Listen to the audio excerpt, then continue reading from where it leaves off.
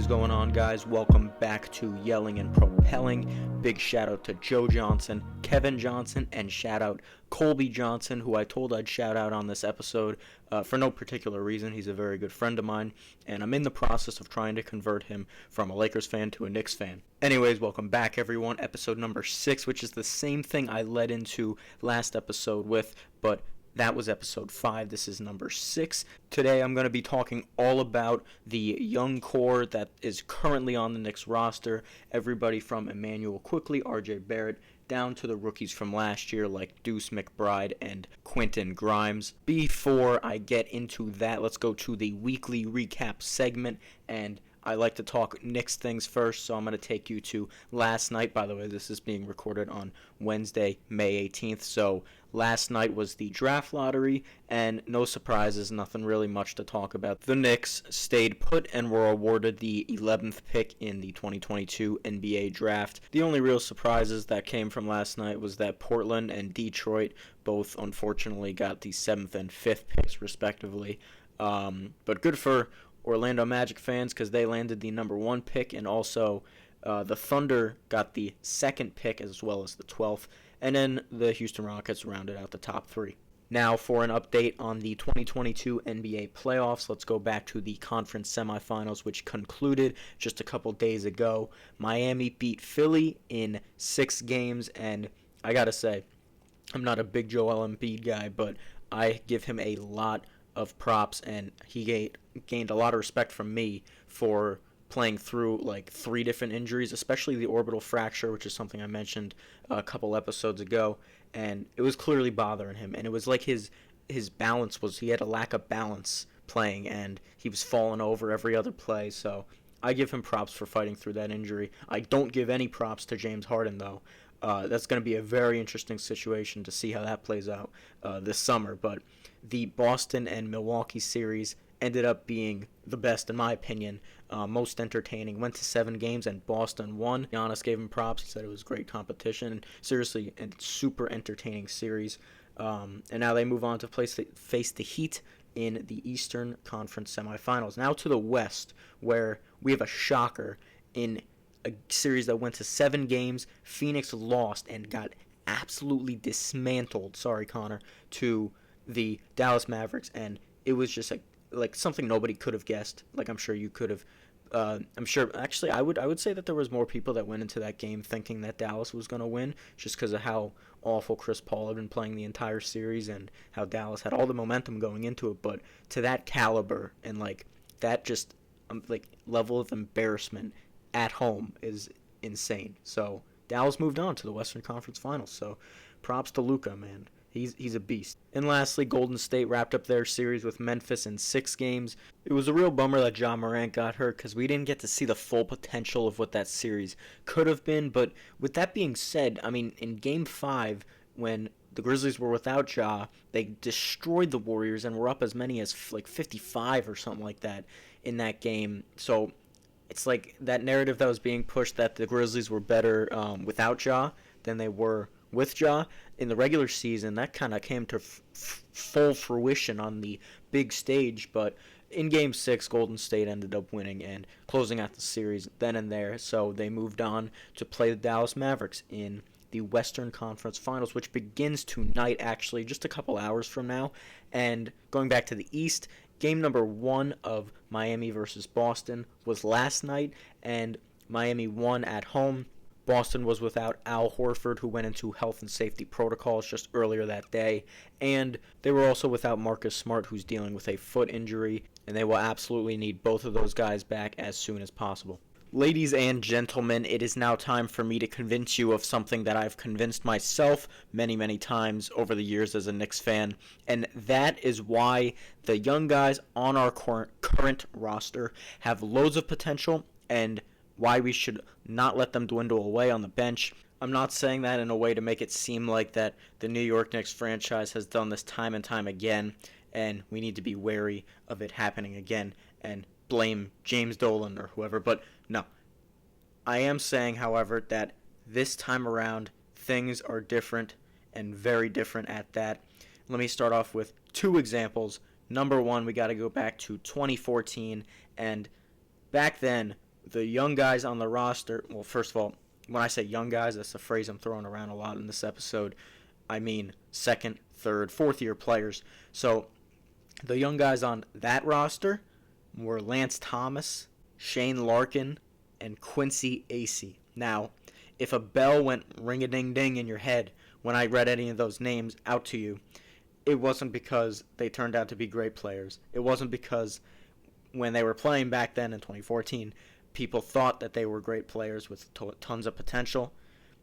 If it rang, it was because it was one of those, three of those, famous players that just for some reason played for the Knicks, and for some reason Knicks fans, including myself, definitely including myself, thought had so much potential. Now, I mean absolutely zero disrespect, by the way, to any of these three, because I absolutely loved watching them play. And like I just said, I was fully convinced myself. I had fully convinced myself that they were going to be great in this league, and I was very sad to see them go. But this time around is different. And yeah, I said I was going to give two examples before I really got into this. The second one is going back to 2017, 2018, a guy named Kristaps Porzingis, the unicorn. Ever heard of him? He was a guy that Knicks fans were supposed to be excited over, and this time, rightfully so. The problem this time around was that it was Porzingis who was great and who he had convinced us that he had tons of potential. There wasn't that guy or guys that were around him that could grow with him and were not like at their peak yet. It was Kristaps, and just to list off a couple of the other guys that were on the roster at the time, Courtney Lee, who might have had his best years as a NBA player during that span on the Knicks, but regardless, it was Courtney Lee. Jarrett Jack, Carmelo Anthony, waning out of his prime, Joakim Noah, don't get me started. So my point is, there wasn't, like, Kristaps was progressing, but nobody else on the roster was. And this is something that happens a lot in sports, but that's a topic for another day. So what I'm saying now, back to the present here, 2022. There is loads of young talent on the roster, which was not the case in the Porzingis example. However, it was the case in the 2014 Shane Larkin example. So I guess my job today is going to be trying to convince you why our young core is worth being excited over, hence the title, and way better than it was just 8 years ago. What better way to do it than going through each of the young guys, again, second, third, fourth year players on the roster, and break down each and every one of their games. I don't mean that every game they've ever played in the NBA. I mean what they bring to an NBA team right now and what they can bring to a team, say, 5 years from now, if they are given the proper time to develop. Now, let's kick it off with my guy, Jericho Sims. He was selected 58th overall in last year's draft, just less than a year ago, and didn't come into the league with very high expectations at all. I mean, as you do, as the third to last pick. Jericho Sims is the kind of guy who keeps to himself. He's rather quiet, but obviously not a bad thing.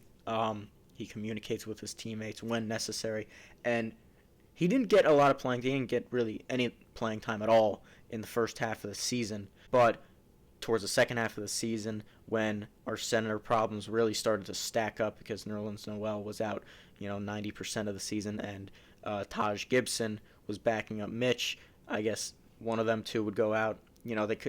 Julius Randle minutes at center was worse than him playing his regular position at power forward. So Jericho Sims started to get some run. I remember the first game he played, he came in and had this crazy, head at the rim alley-oop dunk. Literally like 90 seconds into his NBA career, first time on the floor. So anyways, yeah, Jericho Sims has crazy athleticism. Let's get that out of the way. The dude can jump, and he's always a putback threat, and is like a lob threat, all that kind of threats, and which fits well. Like that quality alone makes him a viable backup for Mitchell Robinson, because that's like what Mitch. That's Mitch. Like Mitch doesn't give us much. That's a tongue twister. Mitchell Robinson doesn't give us a whole lot on offense, but what he does give us is that elite ability to catch lobs, throw them down, and the putbacks, the offensive rebounds and the putbacks. And that's something Jericho Sims does very well, especially for a rookie. So when Mitch goes on the bench and Jericho Sims comes in, we're not really losing too much. And that's something NBA teams are always searching for, not only for their superstar players, but when they have key role players that need to go take a breather, you want someone that doesn't really, like, their game doesn't vary too much from the guy who's going out. You want somebody pretty similar to him coming in to hold it down while that guy's taking a breather. Now, do I think Jericho Sims has potential to be an elite post player and an elite shot blocker? I do not. I think he can become a solid shot blocker, and we've seen some pretty crazy shot blocks from him in his first season. I think he can develop a few go-to post moves, which I feel every big man needs in today's league. But where he is most valuable to us is because of his fit with the team and because of his fit as Mitchell Robinson's backup. Moving along to another player from last year's draft class, we have Quentin Grimes, who was our first-round selection, and it's very simple to me with him. I think he is your prototypical 3-and-D player, and he's already pretty good at the role, and I think he can become even better. I don't think his ceiling is super high, at least from what I've seen. It's not much like, when it comes to playmaking, not much when it comes to scoring off the dribble, but he's a great three-point shooter, and like he's one of those guys that could just just one season, just bam, he's like top 3 in the league in percentage. I think he's got that kind of potential, and he's already a solid defender. I think he has plenty of room to grow in that department. And listen, I think that he could be instrumental to any team in the NBA. 3-and-D guys, like, you can't get enough of them on an NBA roster. So Quentin Grimes, I really do like. And even though it was a small sample size from last season, because we didn't play him for, at least the first third of the season at all, and then he came in and started lighting it up from 3, went into COVID protocols, and then came back, got injured right away, if I remember correctly. Didn't really come back the same, but I fully believe he can come back next season with that fire and desire, and a couple years down the line could really be a valuable asset to the team.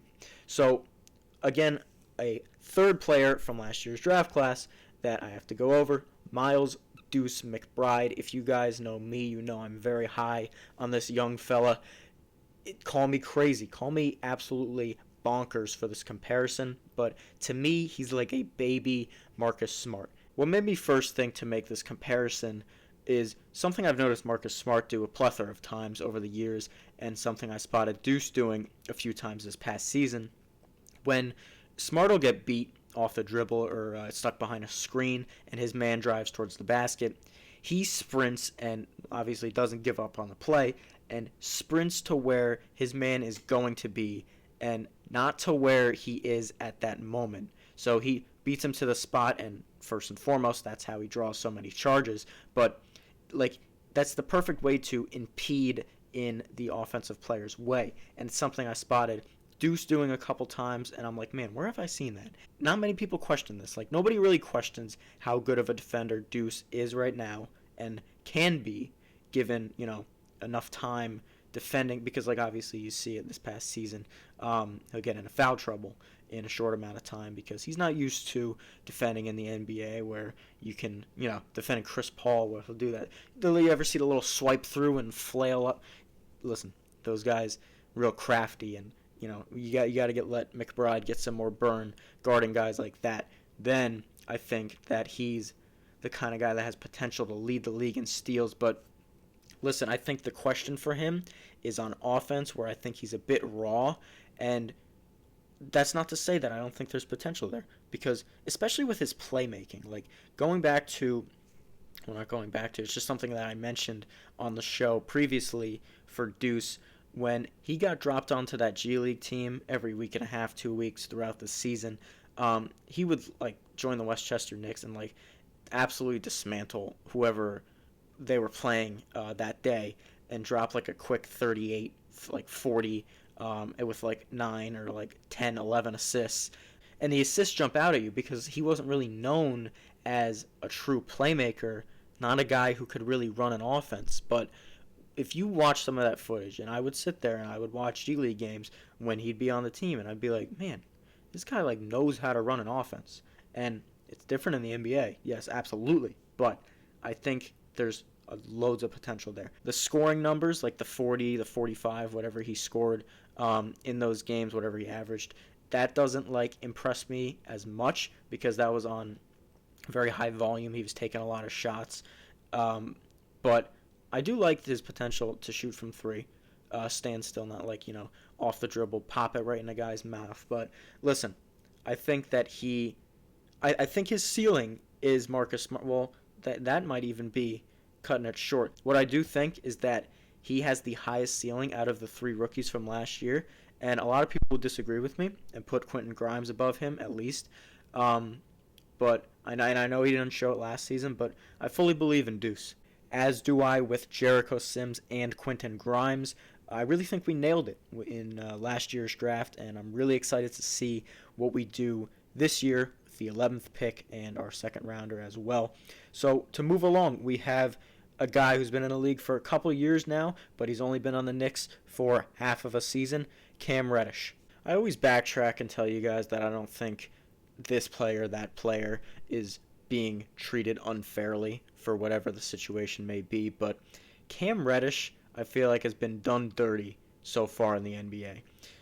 Like, listen, I know he has his injury trouble, and I said it in a few episodes ago, whatever it was, that's the one thing that concerns me about him. Like, that's the thing that sticks out on his resume and makes me a little bit worried, is that he has been injured for a decent amount of time in every season that he's played so far in the NBA. But listen to this stat real quick, and maybe you'll understand why me and a lot of other Knicks fans are really high on this guy and think that he deserves a good amount of minutes in this coming season.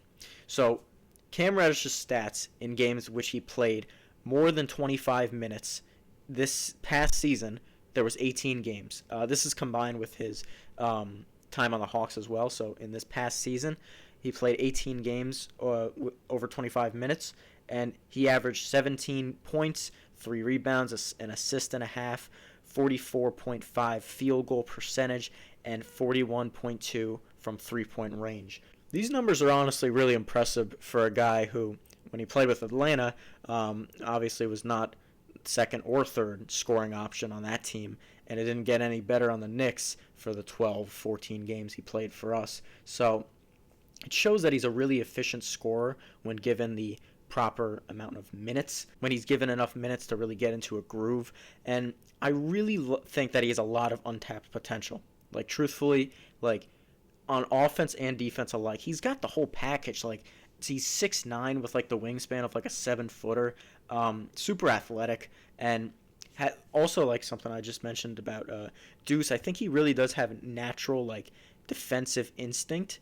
He gambles a bit too much, I'll say that, when it comes to steals, and you see like a lack of hustle just like a little bit. But like, you got the perfect coach to like get on him about that, and that's Tom Thibodeau. So I think Cam really can be a good player on this team, and with RJ, like they're great buds since college. So again, with the whole like chemistry and the whole like growing together as a unit, Cam Reddish could be a perfect member of that unit in this young core I'm speaking of. Now, I talked about athleticism for a brief moment there, so let's jump to a guy who jumps out of the gym and has elite athleticism, and that's Obadiah Toppin. One thing I got to get off my chest about Obi and players like him that enter the draft after 3-4 years at college at 22, 23 years old, as opposed to most rookies who come in one and done, 19, 20 years old. I don't like how we write these guys off as like, if you're a winning team and like a guy like that's available for when you're on the clock, then like that's a good pick. But if you're like a developing team and a rebuilding team, then like if you pick a guy like if you pick a 23-year-old, it's like automatically like bam, bad pick, because for some reason we write it off as like they don't have as much potential, or like they're just closer to their peak than like a guy who's 19. And I don't like how that's just the narrative that's always been pushed, that is like continually being pushed, because like, I mean, everybody's different, and it's not like, 19 compared to 26. Like, most of the guys are 20, and then like these guys are 22, 23, and it's no different to them. Like, they're coming into the league, you need like a year or two to adjust to how things are in the NBA, because it's so different from college, and then for some players it's so different from the Euro League. But like, you need a couple seasons to adjust, no matter if you're 19 and then you're going to be 21 2 seasons later, or if you're 21 and then you're going to be 23. So yeah, I think what we're seeing from Obi is no surprise. Like, he had a rough rookie year, and a lot of rookies do, and he took leaps and bounds in his second year, and I think there's going to be more of that next year. And I think his ceiling is so high. He has so much potential to do more than just be a lob threat and a super electrifying dunker guy that gets out in transition. Like, this is going to be his number one like trait for his career. Like, absolutely, he's tough to stop in transition, and this is something I said a couple episodes back. The number one thing I'd want him to work on is his ball handling this offseason. I think that would really unlock his transition game to like the Giannis level. Maybe not that caliber, but you get where I'm going. But like the 3-point shot as well, that can come along even more than it already has. Obi showed out in the second half of the season on the offensive end, and in those last few games too. So yeah, I think Obi next season, not all-star potential, I don't think he's there yet, but I think another jump to really make his offensive game more well-rounded. And if he can continue to improve on the defensive end, then that's another plus. And yeah, I love Obi. And who I really like him playing with is Emmanuel Quickly. I'm not going to talk too much about IQ, because I talked for 28 minutes about him in the episode from 2 weeks ago. You can't not love that connection between IQ and Obi Toppin. They're like best of buds on and off the court, and they've been playing together for 2 years, and they already have that ultimate ESP. So imagine what that's like 4 or 5 years down the road. I feel like it'd be pretty scary. But for Emmanuel Quickly, the main point of the episode from 2 weeks ago was that I fully believe he can be our point guard for the future should we pick him for that role.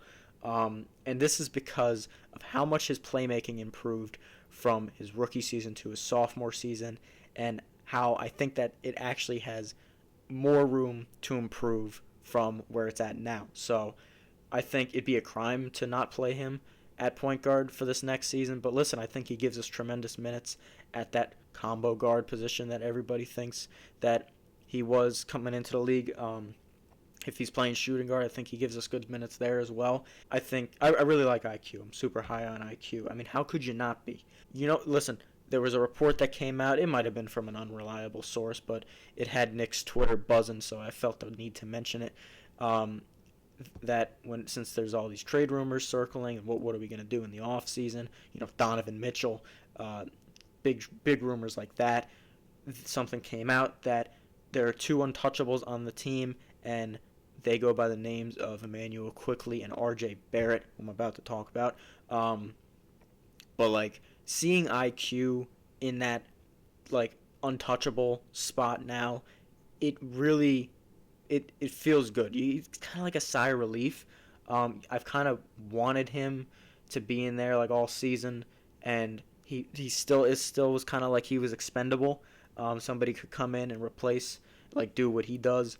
I didn't think this. I'm saying this is what I got. This is the impression I got from the front office. And the fact that they'd be willing to trade him along with a couple picks for a guy like Donovan Mitchell, which I wouldn't have been very happy with. So what I am happy with is the fact that him and RJ Barrett remain untouchable going into this offseason. You might be saying to yourself, well, what about Obi Toppin? And if you live under a rock, you might be saying to yourself, what about Julius Randle? Well, you got to understand, from a front office point of view, you can't put half of your roster, you can't publicly say that half of your roster is untouchable, especially if you're a team where, like, in a position where the Knicks are, where we're rebuilding, or at least we're in a buying stage where we need a couple more pieces before we're anywhere close to contenders. So since we're going into this off season, and we're going to be all up in the trade rumors, trying to gouge interest on certain players and whatever it is. You can't list, three. Definitely can't list more than three players on the untouchables. But anyways, it was cool to see IQ mentioned as an untouchable for the Knicks. RJ Barrett, however, was cool also, but it wasn't a surprise. I've been talking about this. RJ Barrett is the face of the franchise, and I'm not gonna go on any more of a tangent that I have been.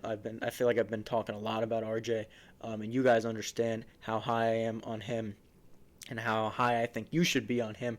But listen, what I am gonna say is that if you're a little skeptical, if you think RJ would be incapable of leading a team to the playoffs, doing whatever, you don't think that he's athletic enough, whatever. First of all, I think that's a totally valid criticism. He's not your typical super electrifying wing scorer guy that you would totally pick to run your team. What I am going to say to finish off this episode is that you don't need to believe that RJ Barrett is capable of being a 30-plus point per game scorer and taking us to the promised land. You don't need to believe that. And he doesn't even need to be that. At least not next season. He doesn't need to be that at all. But what he does need to be is the true definition of our number one scoring option, and everything else falls onto the shoulders of the young core. And I think there's enough there. Everybody I've just been mentioning and all the potential they have, it all culminates to back up RJ Barrett, take the load off, and because I don't think RJ, even though like I say he's face of the franchise, number one scoring option, I'm not saying that in a way that I think he's the next LeBron and he's going to carry us no matter who's on the roster. I don't think he's capable of that. I don't think that he should be capable. I don't think anybody should expect him to be capable of that. But it all comes full circle here, because I think that all of these guys, they're going to progress together. They're going to help each other out and grow together as players. And while, like I said, RJ Barrett is the number one scoring option, IQ's number 2, Obi's number 3. You know what I mean? And it's not all of the responsibility will fall on RJ's shoulders. If we do this properly, then RJ could be averaging 25, and then say IQ's averaging 19 and 10 assists, and say Obi's averaging 16 down the road. You know what I mean? You know what I'm trying to get at here? RJ Barrett, we should not expect him. When I say face of the franchise, I'm not saying LeBron James in the 2016 finals. I'm not saying even LeBron James with his first stint on the Cavaliers, how he carried that team to the finals. I'm not saying any of that. I don't think he's even capable of that. And we shouldn't expect him to be. But what we should expect is this young core, led by RJ Barrett, to be very exciting for years to come. And I think fans should rejoice, and I think fans should be appreciative of what we have on the roster now, because like how I started off the episode, in 2014, there wasn't nearly as much to be appreciative of, and that's where I'm going to end it, folks.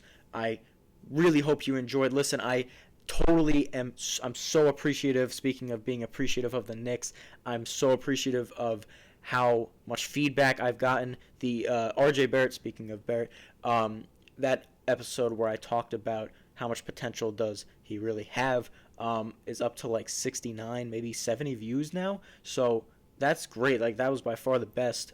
This is on YouTube, by the way. And that was awesome. I didn't expect that. Definitely not all from people I know. So any new viewers, welcome to the channel. I'm so happy to have you here. And just overall, the feedback on the channel so far has been tremendous. And it's really motivated me to keep going. And something else that's motivated me to keep going is that now that my semester's over, I got the full summer to post. I'm still probably going to do the episodes every other week, just because there isn't too much to talk about with the Knicks, and I want to give you guys that same quality. I don't want the quality to go down in any way. However, I'll give you a bit of a warning now. Come June, since the draft is in June, I'm going to do a pre-draft episode, probably a couple days before the draft, and then I'm going to do a post-draft episode a couple days after the draft. I can't remember what day it's on, but I guess the Fridays, whatever that lines up. So that's what I'm going to try to do. I'll call the second one like an emergency episode. We'll talk about how the draft went. Hopefully, nothing crazy, nothing too wild goes down. But thank you guys a ton for listening. I hope you're as excited as I am for the NBA Finals. And one last little hill I wanted to mention that I'm going to die on is that whichever team represents the East in the Finals, I think will come out victorious, as I think that the Boston Celtics and the Miami Heat are both better than the Golden State Warriors. Holy moly, that voice crack. And Dallas Mavericks. But yeah, thank you guys again for listening to Yelling and Propelling episode number 6. Farewell for now. Have a superb rest of your day or night, and I hope to see you again soon. Go Knicks.